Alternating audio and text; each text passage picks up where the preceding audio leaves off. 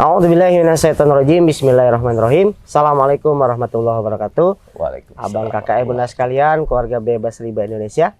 Hari ini saya lagi ada di Rumah Ceria. Nah, Rumah Ceria kayak mana? Benar. Jadi kalau teman-teman yang kena riba lagi nggak bisa ceria, main ke sini. Datang bahagia, pulang gembira, tuan rumahnya bersyukur.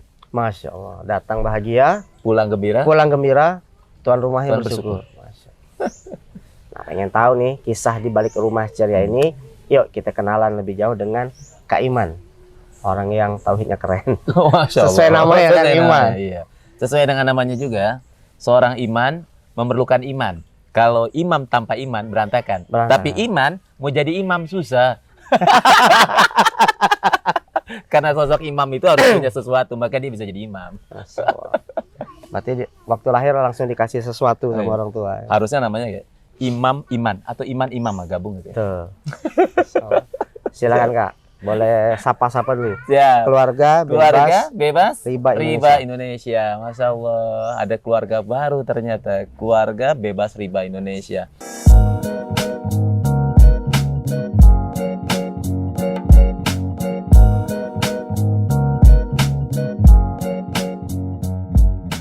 Rumah Ceria ini rumah yang diisi oleh anak-anak dari ujung Sumatera sampai Papua ada.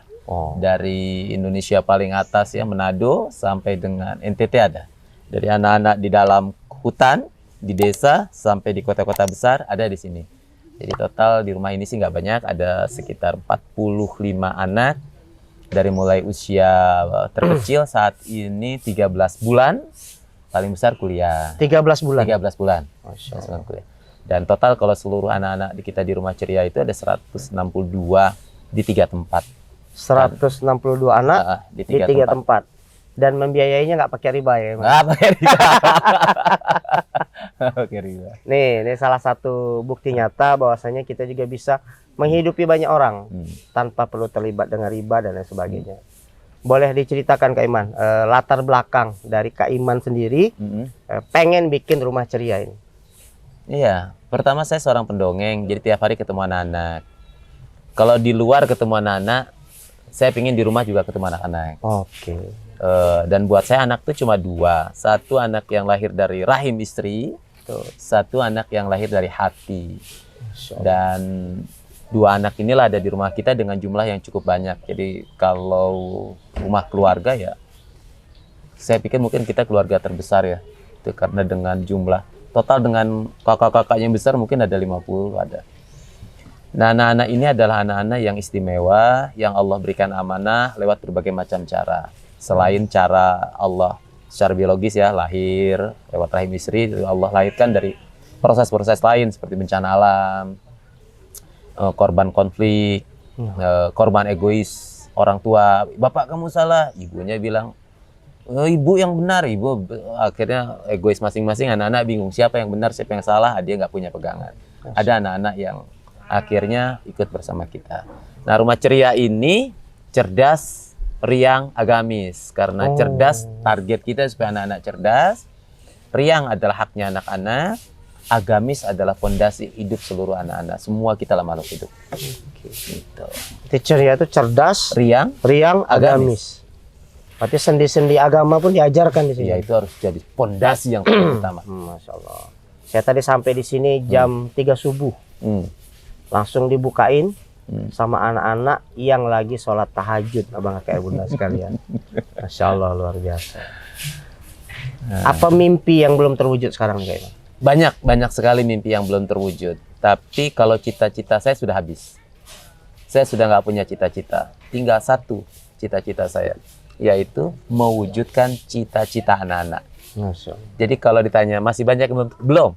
Setiap anak terlahir, itulah mimpi saya, dia harus mewujudkan cita-citanya. Anak datang lagi masuk, itulah cita-cita saya, mewujudkan cita-cita mereka. Jadi cita-cita saya sudah habis.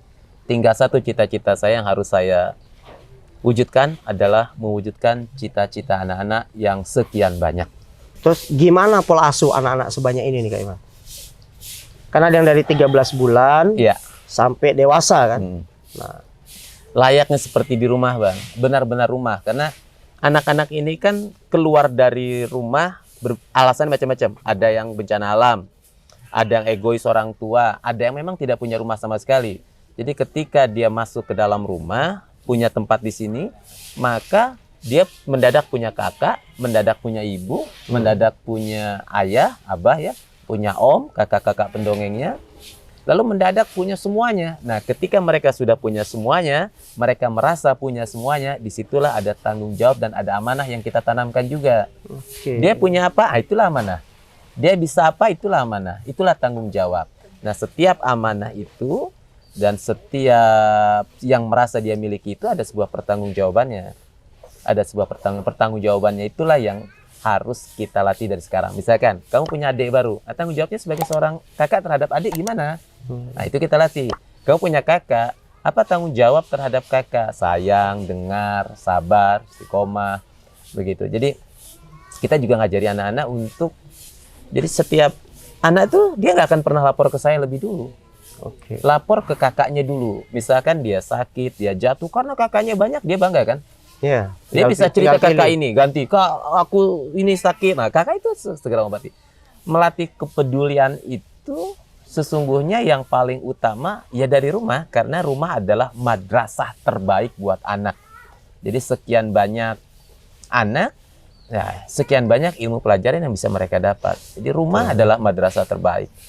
Nah, disitulah kita belajar, peduli. Bagaimana ngerawatnya, kakaknya udah ngatur. Bahkan setiap seminggu sekali, setiap hari Kamis, itu ada 1 hari kelas bersih. 1 hari full cleaning class. Walaupun kita lihat ya, hari ini aja yang nyapu tiap pagi ada, karena itu rutin. Tapi cleaning class ini istimewa. Dari mulai kebersihan kuku, itu nanti tuh adik-adiknya duduk tuh. Ada yang di pojok sana, motongin kuku. Telinga, bersihin telinga. Sampai kutu rambut dicarikan hari Kamis itu. Kenapa? Karena kita mau nyongsong hari Jumat. Kita mau Jumat semuanya sudah bersih, Jumat sudah rapi, rambut yang belum dicukur, lemari pakaian, hari Kamis itulah kakaknya bongkar, dilihat. Yang sobek dijahit, itu kakaknya tuh. Setiap hari Kamis, hari itu semuanya clean class. Hari Jumat, bukan, hari Kamis semuanya clean class. Semua lemari, sabun, sikat gigi dilihat yang sudah berapa bulan dibuang. Gitu, ganti sikat gigi baru. Jadi polanya begitu. Anak-anak yang kecil yang dia cocok tidur sama siapa? Nah, kakaknya ada tidur sama kakaknya. Yang balita tuh tidur. Jadi nggak semua balita akhirnya tidur sama kita, nggak. Tapi ada ruang khusus yang connecting kita ke balita tersebut dekat. Jadi begitu kelihatan malam agak gelisah, kakaknya nggak siap, baru kita masuk. Itu pola pengasuhannya. Gitu ya. Layak seperti di rumah. Nggak ada musrif. Berarti ngasuh anak kandung sama anak-anak semua ini sama. Kadang orang bingung mana anak kandung kita, mana anak hati kita gitu ya. Karena memang prinsipnya semua anak, kalau kita hanya bertanggung jawab kepada anak kita, kasihan dong saudara-saudara kita yang Allah takdirkan di dalam rumahnya belum siap lah menurut Allah untuk punya anak. Terus gimana dong? Kasih sayang itu dipindahkan kemana? Ya anak. Kalau kita mau sayang sama anak, siapapun anak, begitu keluar pintu gerbang, itulah anak kita. Kalau bicara rumah ceria nih, isinya kan tadi ada dari bencana alam, korban konflik. Berarti ada yatimnya juga. Banyak ya. Mayoritas malah yatim. Tapi saya tuh nggak ngelihat di depan tuh ada tulisan rumah yatim misalnya, atau panti asuhan, duafa dan sebagainya. Kenapa gitu, Kak? Gini bang, anak-anak ini begitu dia tidak punya ayah, yang dia perlukan ayah. Begitu dia tidak punya rumah, yang dia perlukan rumah. Dia terpecah belah keluarganya, yang dia perlukan keluarga. Ya, jadi yang dia perlukan itu bukan panti, bukan asrama, apalagi rumah singgah. Lalu di branding pula. Saya ditinggal ayah tuh sakit bang, sedih gitu ya. Walaupun kita nggak bisa protes karena itu memang sudah takdir. Dan kita juga perlu waktu seusia ini ketika ditinggal ayah tuh perlu waktu untuk bisa menerima gitu ya. Bayangkan anak-anak ini perlu waktu berapa lama untuk biasa dipegang, masih memerlukan pelukan, masih memerlukan tempat mengadu, nangis biasa teriak ayah, minta ini. Lalu tiba-tiba ayahnya nggak ada, perlu proses berapa lama dia? Lalu tiba-tiba datang kita ambil. Ya nah ini rumah kita. Begitu dia masuk gerbangnya ada tulisan rumah yatim. Saya yatim aja udah berat ya. Bayangkan anak-anak itu diteriak-teriakan ke orang lain, dipamer-pamerkan. Ini lo anak gak punya bapak, ini lo anak gak punya bapak. Cukup lah, saya gak punya bapak udah sedih, gak usah teriak-teriak lagi saya gak punya bapak gitu.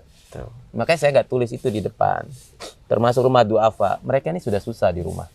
Kalau kita kasih lagi rumah yang lebih susah, dengan di branding dengan lebih susah lagi, rumah duafa, aduh kasihan banget. Jadi ketika dia main keluar, ketemu teman-teman seusianya, ditanya, kamu anak, kamu dari yayasan anak duafa ya, kamu dari yayasan anak yatim ya. Beban branding itu berat. Banyak orang bilang ke saya bahwa, kenapa Kak Iman nggak tulis? Sehingga orang banyak tahu dong, tujuannya untuk syiar dong. Orang lewat tahu dong, ini rumah yatim sehingga dia mau bantu dong. Itu benar. Mungkin yang saat ini harus dilakukan adalah itu menginformasikan bahwa di dalamnya ada tempat kebaikan. Tapi saya melihatnya dari sisi yang lain, Bang. Kenapa nggak saya tulis? Tadi alasan pertama. Alasan kedua, kenapa menggunakan alasan tersebut? Kenapa Iman nggak pasang? Sehingga kami orang bisa tahu. Saya bilang tulisan itu baik memang buat orang-orang baik. Baik buat orang. Bayangkan, sebaik-baiknya teman saya, sahabat saya, datang tiap hari kah? Tidak, Bang. Sebulan sekali, seminggu sekali gitu ya. Tapi tulisan itu tiap hari ada. Ya. Nggak baik buat anak. Lalu berikutnya, lalu bagaimana kami bisa tahu kalau di situ adalah rumah anak yatim? Saya tanya lagi sama orang yang datang. Buktinya Anda datang walaupun tersasar. Buktinya Anda datang walaupun nyasar. Karena pelangnya ada di langit. Masya Allah. Karena tulisannya ada di langit. Karena jadi orang-orang yang datang ke sini, saya sangat yakin. Orang-orang yang sudah membaca tulisan itu di langit walaupun tersasar, dia berjuang untuk datang ke sini. Abang dari Pontianak, Lampung, muter jalan. Sapar jauh kan? Nyampe ke sini, nggak pakai pelang, nyampe Bang. Malah ngebet lagi. Itu. Kita nggak pakai itulah. Kalau jadi itu. Nggak itu. Bismillah. Bismillah. Terus kalau ada abang kakak bunda yang pengen main ke sini boleh Kak Oh, Iman? terbuka sekali. Ini 24 jam kebuka, Bang. Hanya 2 jam tertutup. Kapan tertutup? Dari jam 12 sampai jam 3. Ya. Ketutup tuh.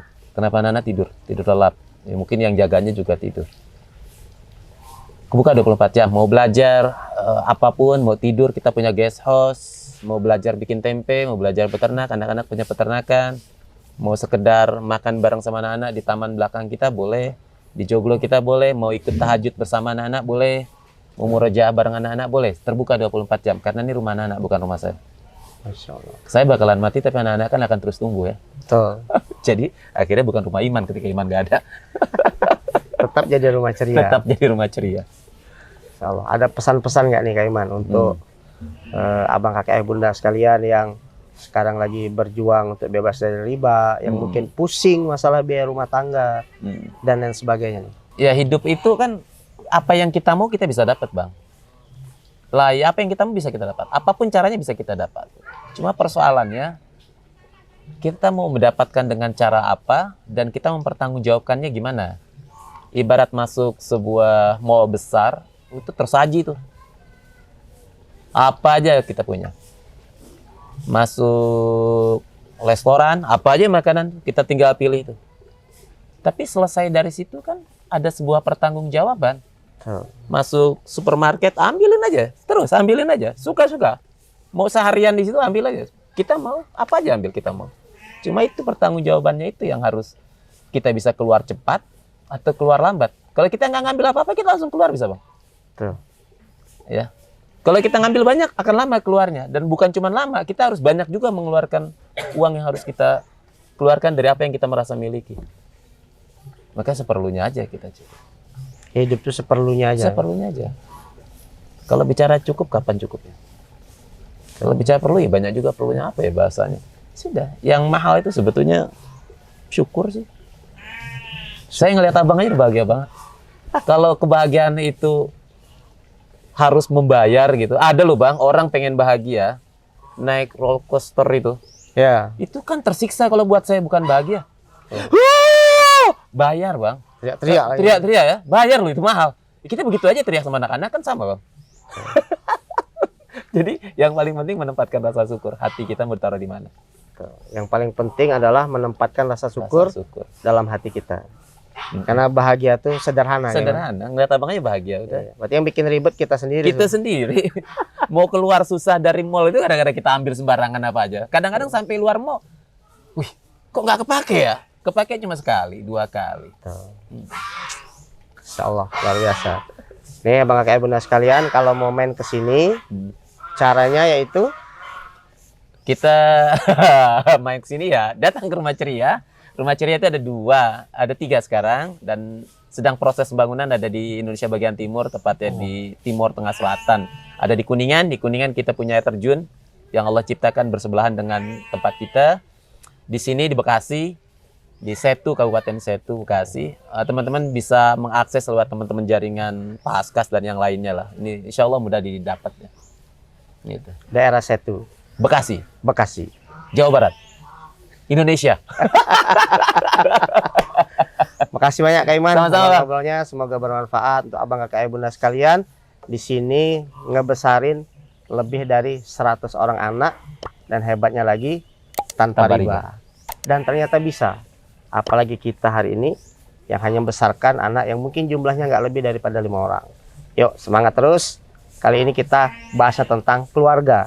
Semoga kita doakan Kak Iman, seluruh Abang Kakak Bunda yang nonton tayangan ini, semoga bisa hidup tenang tanpa hutang, Amin. hidup bahagia tanpa riba, Amin. hidup berkah di jalan Allah, Amin. istiqomah sampai jannah. Amin, Amin. ya rabbal alamin. Yang baik-baik datang dari Allah, yang kurang baik saya mohon maaf. Barakallahu fikum, bila taufiq wal hidayah. Assalamualaikum warahmatullahi wabarakatuh. Salam lunas. Salam lunas. Ada salam lunas ya?